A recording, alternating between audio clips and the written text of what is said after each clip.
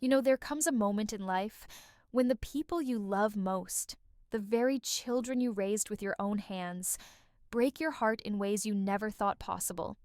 That moment came for me the day my daughter, the little girl who once clung to my legs and called me her hero, stood in front of a room full of people and treated me like I was nothing but a joke.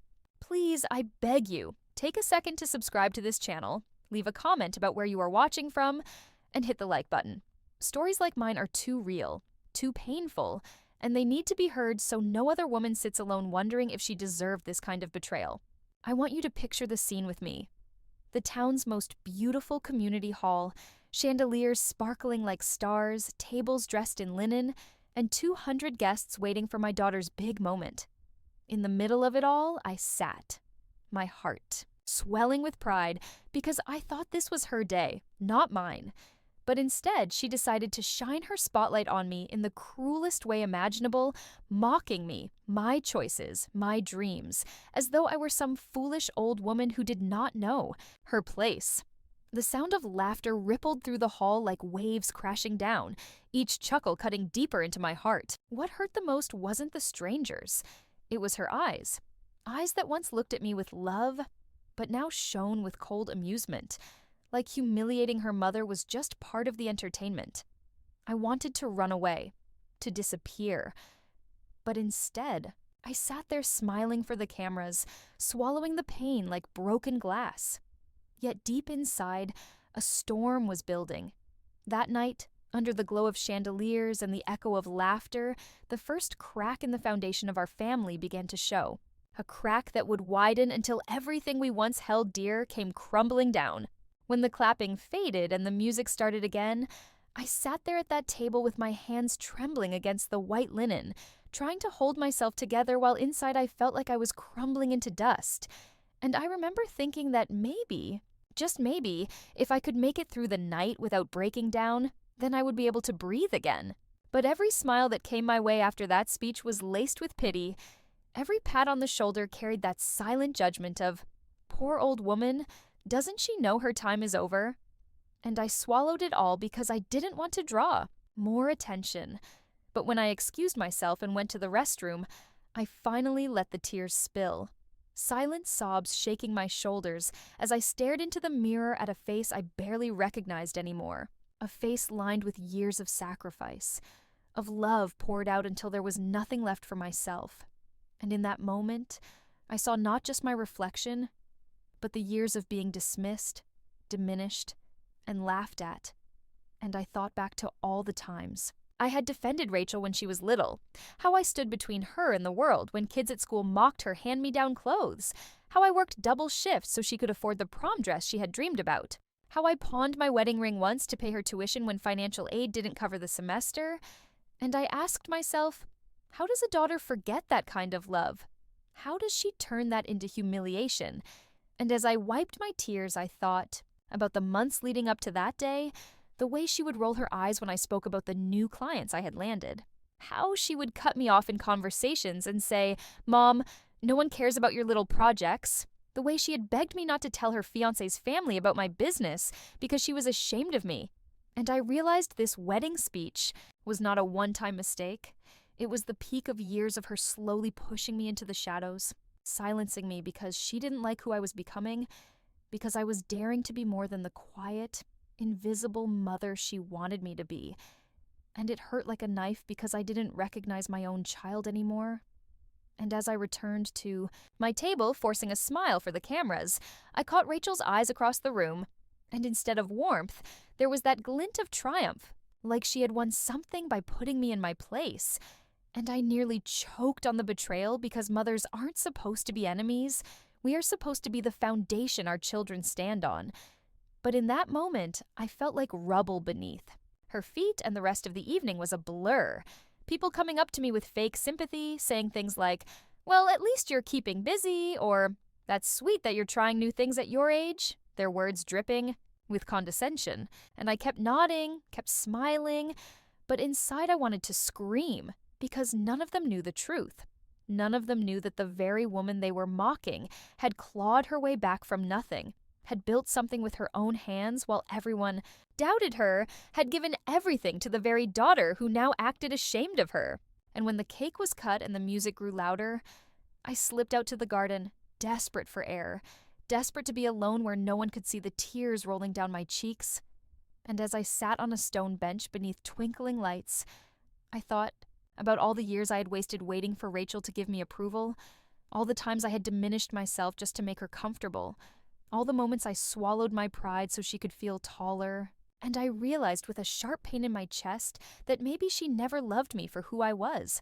Maybe she only loved me for what I could provide. And now that I was daring to have dreams of my own, she no longer saw me as a mother, but as a nuisance. And the thought shattered me. Because how do you come to terms with the fact that the child you raised to be strong has turned that strength into cruelty against you? How do you accept that the little girl who once begged you to sing her to sleep now mocks your voice when you dare to speak? And as the laughter floated from the hall and I sat outside alone, I thought about leaving, just walking away and never looking back. But something inside me, a small burning ember, refused to die. It whispered that my story wasn't over, that the pain she caused me would not be the final chapter of my life. And though I was broken, though my hands were shaking and my heart was raw, I made a promise to myself that night that I would not let her betrayal define me, that one day she would know the truth about the woman she had dismissed, and whether it broke her heart or opened her eyes, she would understand, because no one, not even my own daughter, would erase the years of blood, sweat, and sacrifice that built the woman I had become. And as I finally returned inside, forcing another smile, I felt the weight of the night pressing down on me. But beneath that weight was the seed of something new, something dangerous, something powerful. And though Rachel thought she had silenced me, she had actually awakened a storm that was only just beginning to rise. The morning after the wedding was colder than I remember August mornings ever being in our town. Maybe it wasn't the weather, but the heaviness in my chest that made every breath feel icy.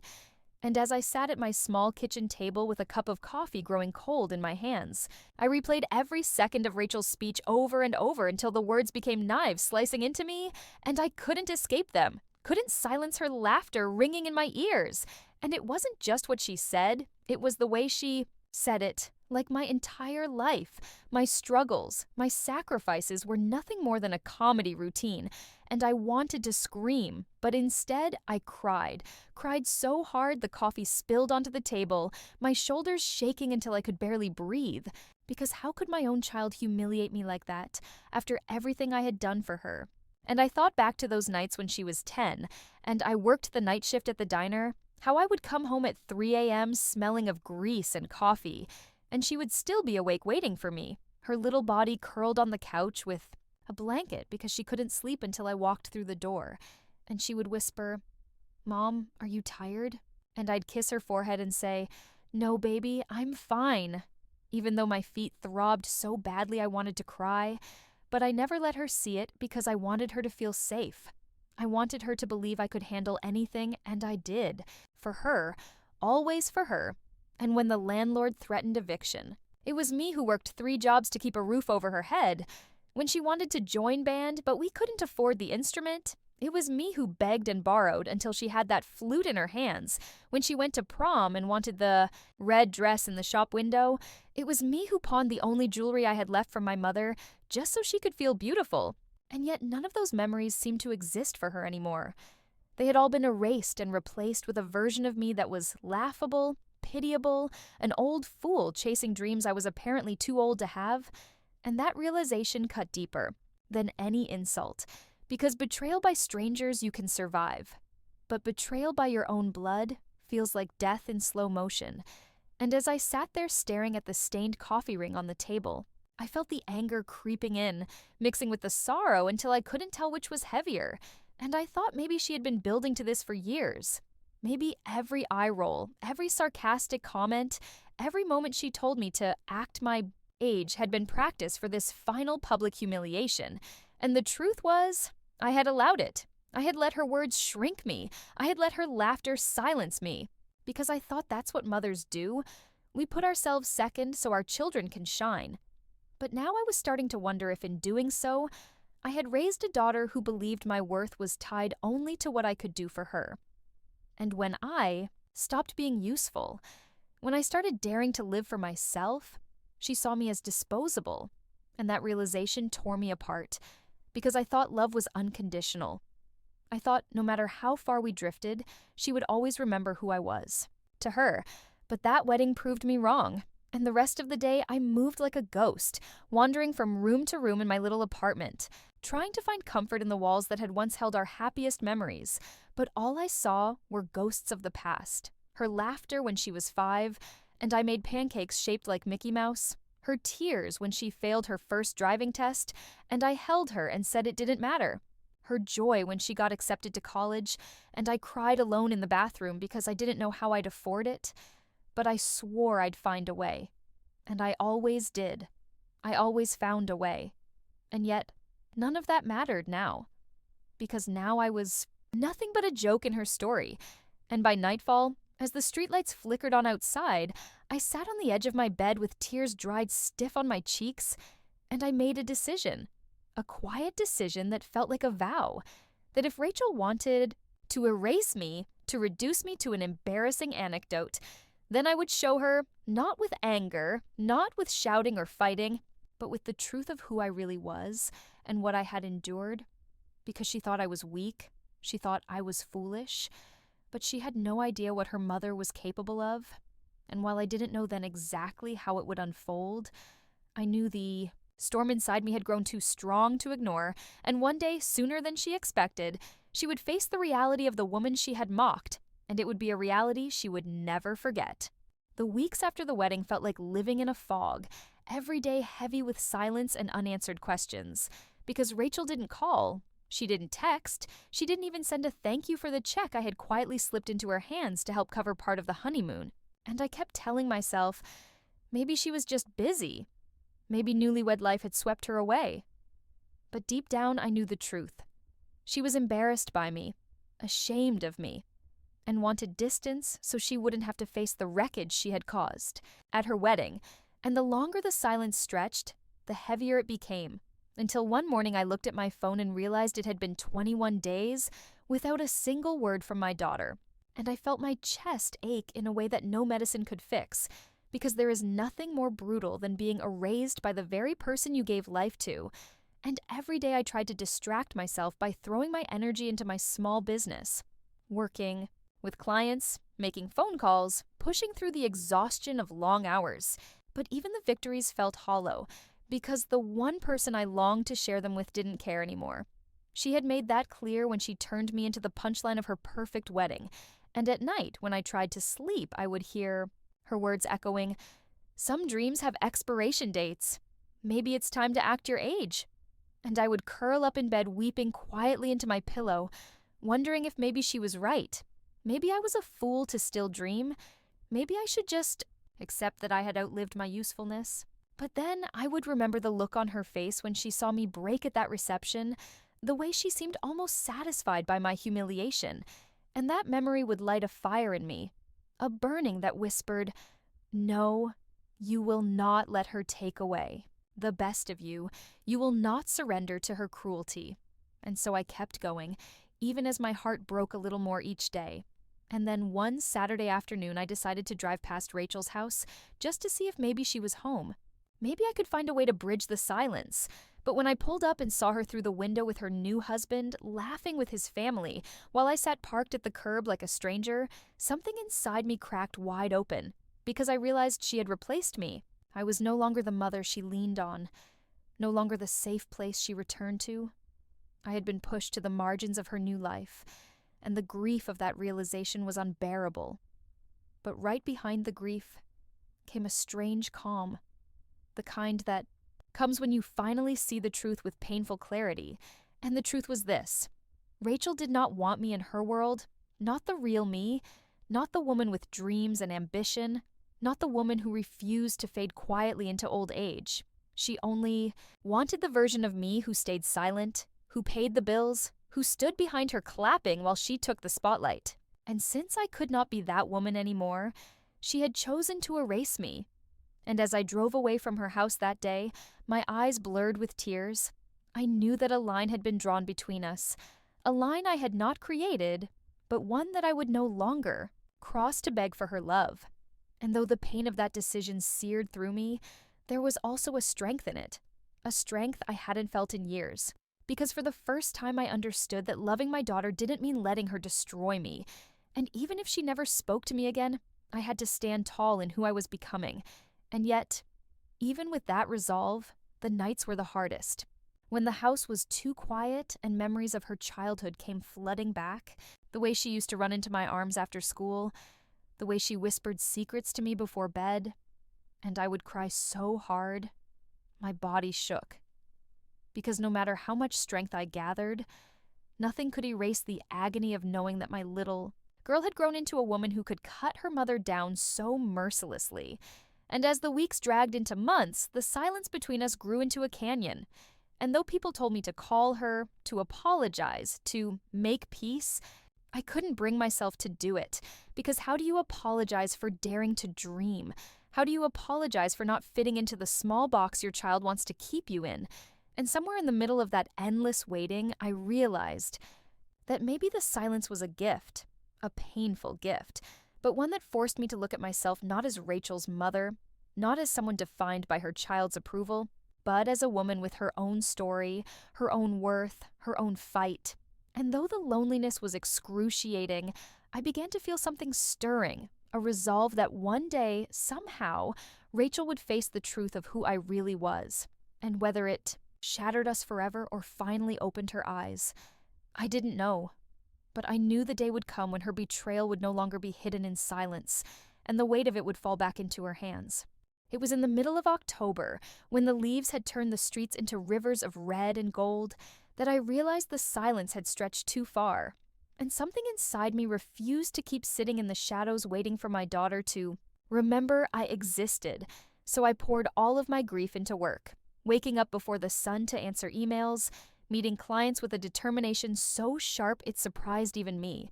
And for the first time in years, I began to feel the ground under my feet again.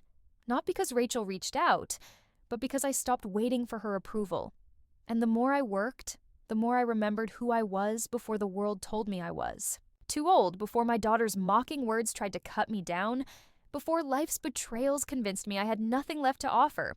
And each small victory, an account closed, a client praising my ideas, a deposit hitting my bank, felt like stitching together the pieces of myself she had shattered. And yet at night, when the house was still, I would still find myself whispering her name into the silence, wishing she would just call, just say she was sorry, just admit that what she did was cruel. But the phone never rang, and I knew I could not live my life in waiting. So I began to show up for myself in ways I never had before, cooking real meals instead of skipping dinner, walking each evening, in the park where I used to take Rachel when she was a child, writing in a journal about my dreams and fears. And with every step I took, I felt the storm inside me turning into something steadier, a kind of quiet fire that refused to be extinguished. But the test of that strength came sooner than I expected, because one afternoon in November, as I was leaving a client's office downtown, I ran into Rachel and her husband, and the look on her face when she saw me was not joy, not even surprise. It was irritation, like my presence in her world was an inconvenience she hadn't planned for, and I felt the old ache in my chest. But this time I stood taller, forced myself not to shrink. And when she gave me that cold little smile and said, "Mom, you didn't call first," as though I had to schedule a meeting to be near her, I looked her right in the eye and said, "Rachel, I don't need permission to exist." And her husband smirked, as though my words were ridiculous. But I ignored him, because this wasn't about him. It was about the girl I had raised, the girl who had forgotten the hands that built her world. And I asked her quietly if she had even thought once about how much her speech had hurt me, if she had considered what it felt like to be mocked by her own daughter in front of strangers. And for a moment, I saw her mouth open, as though maybe she was going to say sorry. But instead she shrugged and said, "Mom, it was just a joke. You take things too seriously." And the knife twisted again, because to her my humiliation was entertainment. And I felt my body shake, not from weakness, but from the effort it took to hold back everything I wanted to scream. And I said, "Rachel, It wasn't a joke when I worked 3 jobs to keep you in school. It wasn't a joke when I sold my ring so you could have your flute. It wasn't a joke when I built my life back from ashes after your father left. And it sure isn't a joke now when you decide that my dreams are a punchline." And the color drained from her cheeks. But she didn't answer. She just looked away, pretending to be distracted. And I knew then that maybe an apology would never come. Maybe she was too proud, too blind, too wrapped in her new life to see me clearly. And though it broke my heart, I turned to leave, whispering, "One day, Rachel, the truth will catch up. With you." And as I walked away, my hands trembling but my head high, I realized that for the first time since the wedding, I felt powerful again. Not because she had given me anything, but because I had taken back the right to speak my pain aloud. And that night, sitting at my kitchen table with another untouched cup of coffee, I wrote a letter, not one I intended to send, but one that poured every ounce of my truth onto the page. A letter that began with the words, "I am more than the punchline of your story." And as I folded that paper and slipped it into my journal, I felt a strange peace, because even if she never read it, the words existed, and they were mine, and no one could take them from me. And in that moment, I understood that survival wasn't about waiting for her love. It was about finding the strength to keep loving myself even when her love was withheld. And that realization lit a path forward. A path I wasn't sure I was ready for, but one I knew I had to walk. Because whether Rachel ever chose to walk it, with me or not, I would no longer let her betrayal be the end of my story. It would only be the beginning of something she never saw coming. Winter came early that year, the kind that paints the windows with frost and makes the nights stretch endlessly long. And as the snow piled against the sidewalks outside my little apartment, I buried myself in work, not just to survive, but to prove to myself that I was still alive, that I could still build something meaningful even if my daughter had chosen to turn her back on me. And what started as a trickle of clients began to swell into something larger, word of mouth spreading, about the woman who could walk into a struggling office and untangle the knots that had kept it from thriving. And though I never bragged or boasted, each new contract was like another stitch mending the wound Rachel had left inside me. But with each success, I also felt a growing ache because every time I wanted to pick up the phone and share the good news, to hear her voice, to hear her say she was proud, I remembered the coldness in her eyes that day in November and the way she brushed off my pain as a joke. And so instead of calling her, I wrote everything in my journal, page after page, detailing my victories, my struggles, and my heartache, as though I were writing letters to a daughter who no longer wanted them. And in those quiet nights, I began to realize something, that love for a child is perhaps the most dangerous kind of love. Because no matter how cruel they are, no matter how deeply they wound you, a part of you still waits at the window, still hopes to see their shadow on the doorstep, and that longing never dies. It only hides beneath layers of anger and pride, and I hated myself for it. Hated that, even after the way she had broken me, I still loved her with a desperation that made me weak. But I couldn't stop. I couldn't erase the bond that had been written in my blood the day I gave birth to her. And so I kept working, kept building, kept proving to the world what she refused to see. And by January, my small consulting firm had turned into something far more powerful than I had ever expected, the kind of growth that made banks call me instead of the other way around. The kind of growth that made former employers who once dismissed me as too old suddenly send me emails asking for partnerships, and though the validation felt good, none of it filled the void that Rachel's betrayal had carved out inside me. And then, almost as if fate wanted to test me, I ran into her again, this time at a grocery store, her cart filled with expensive items, her diamond ring flashing under the fluorescent lights. And when our eyes met, she froze, her husband standing beside her. And for a moment I thought maybe she would soften. Maybe she would remember the woman who once taught her how to bake cookies in this very town. But instead she smirked and said, "Mom, you're still doing that little consulting thing?" As if the past months of blood, sweat, and tears could be reduced to a hobby. And something inside me snapped. But I didn't scream. I didn't break down. I simply looked at her with tears welling in my eyes and said, "Rachel, I built a life. When I had nothing but broken pieces, I raised you when no one thought I could. I gave you everything I had and more, and you stand here and reduce me to nothing with a smile on your face. But one day you will realize the weight of your words, and when that day comes, I pray you are strong enough to carry it." And the silence that followed was thick, her husband shifting uncomfortably, her face flushing red, but she said nothing, just turned her cart and walked away as if I were a stranger, and I stood there in the aisle with tears rolling down. My cheeks, my body trembling not with weakness, but with the final acceptance that my daughter, my flesh and blood, had chosen pride over love. And yet as I walked out into the cold night air, I felt something else too, a strength blooming beneath, the sorrow, because I realized that while she had the power to wound me, she no longer had the power to define me, and as I drove home, snowflakes blurring the windshield, I whispered aloud to myself, "I am still here, I am still standing, and I will not let her laughter be the last word in my story."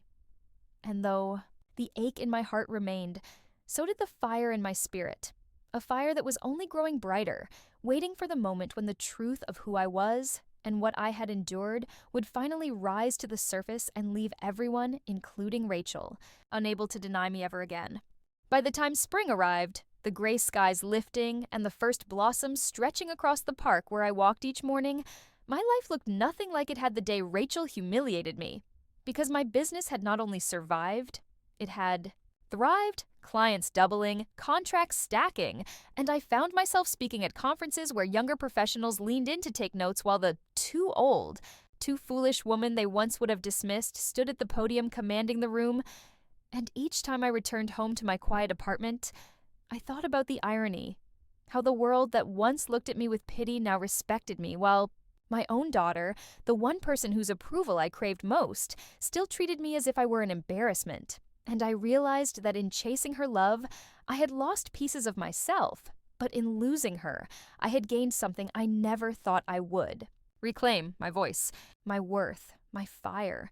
And yet even as I built this new version of myself, the pain of her betrayal never fully left me. It lingered like a bruise beneath the skin, tender to the touch, reminding me of the wound she had carved. And I carried it with me everywhere, a silent scar only I could feel. But life has a strange way of bringing the truth to light, and that moment came one warm evening in May when I attended a charity gala downtown, invited by a client who wanted me to meet potential partners. And as I walked into that glittering hall with chandeliers overhead and waiters carrying trays of champagne, I felt a mixture of nerves and pride because I knew I belonged there, not as someone's guest or someone's mother, but as myself. And then I saw her, Rachel, standing across the room in a sparkling dress, her husband at her side, laughing with the very people I had been invited to meet, and my stomach dropped because fate had placed us in the same room again. Only this time the balance of power was different, because when the introductions began, the men and women surrounding her turned and greeted me with respect, calling me by name, praising my work, asking my opinion, and I watched the color drain from Rachel's face as she realized these people she had worked so hard to impress already knew me, already valued me. And as her husband stammered out something about my little consulting, one of the executives corrected him sharply, saying, "Not little, she's one of the best in the field. We've been waiting to work with her." Most in the silence that fell between us in that moment was louder than any insult she had ever thrown, because for the first time Rachel had to confront the truth, not from my mouth, but from the mouths of others she respected. And though she tried to smile, her hands trembled as she held her glass, and I felt a mix of triumph and sorrow, because all I had ever wanted was her love, not her shame. But now here we were, and she couldn't hide from the reality of who I had become. And later that night, as I stood near the balcony watching the city lights flicker, she came up to me, her voice softer than I had heard in years, and she whispered, "Mom, why didn't you tell me?" And I turned to her, tears welling in my eyes, and said, "Because every time I tried, you rolled your eyes, you laughed, you told me to act my age, you told me not to embarrass you, and so I stayed quiet. I stayed small, until I couldn't anymore. And she stood there speechless, her eyes darting away as though she couldn't bear the weight of my words. And I realized then that whether she apologized or not, whether she accepted me or not, I no longer needed her approval to breathe because I had found myself again. But I also knew that our story wasn't finished, that the cracks between us were now too wide to ignore. And the question was no longer whether I could forgive her, but whether she could live with the truth of what she had done. Because betrayal is like a shadow. It follows you even when the lights come back on. And as I left that gala that night, walking into the warm air with my heart pounding, I knew that the next chapter between us would not be written with silence or laughter, but with a reckoning neither of us could avoid. And I could only wonder if she was strong enough to face it when it finally came. The reckoning came sooner than I expected, not with shouting or slammed doors, but in the quiet of a Sunday afternoon when Rachel showed up at my apartment unannounced. Her hair pulled back, her eyes swollen as though she hadn't slept. And when I opened the door and saw her standing there, clutching her purse like it was the only thing holding her together, my heart twisted, because no matter how angry I was, no matter how deep the wounds she had left in me, she was still my daughter, and that love never truly dies. And she stepped inside without waiting for an invitation, her voice trembling as she said, "Mom, I need to talk." And we sat at the same small kitchen table where I had cried countless nights over her silence, the same table where she once did her homework while I counted pennies to pay the bills, and she wouldn't look at me at first, her fingers twisting the strap of her purse, until finally she whispered, "I've been wrong. I've been so wrong about everything." And the tears started pouring from her eyes, and I sat frozen, torn between wanting to comfort her and wanting to protect the fragile strength I had built for myself. And she went on, choking on her words as she admitted that people had been talking, that after the gala her husband's colleagues told her who I really was, what I had built, and she realized she had spent years dismissing me when I had quietly become everything she claimed I could never be. And she said she felt humiliated, not because of my success, but because of her cruelty, because she had mocked the very woman who had sacrificed everything to give her a future. And as her words spilled out, I felt the tears burning in my own eyes. But they were not just tears of sorrow, they were tears of rage, because it shouldn't have taken strangers to make her see me. It shouldn't have taken the voices of outsiders to convince her I was worth respect. And I told her that, my voice shaking as I said, "Rachel, you didn't just hurt me at your wedding. You hurt me every time you told me I was too old, every time you silenced me, every time you treated me like a burden instead of a mother. You broke me long before that speech. And it wasn't until I stood in that room alone that I realized I had to stop letting you decide my worth." And she sobbed harder, reaching for my hand.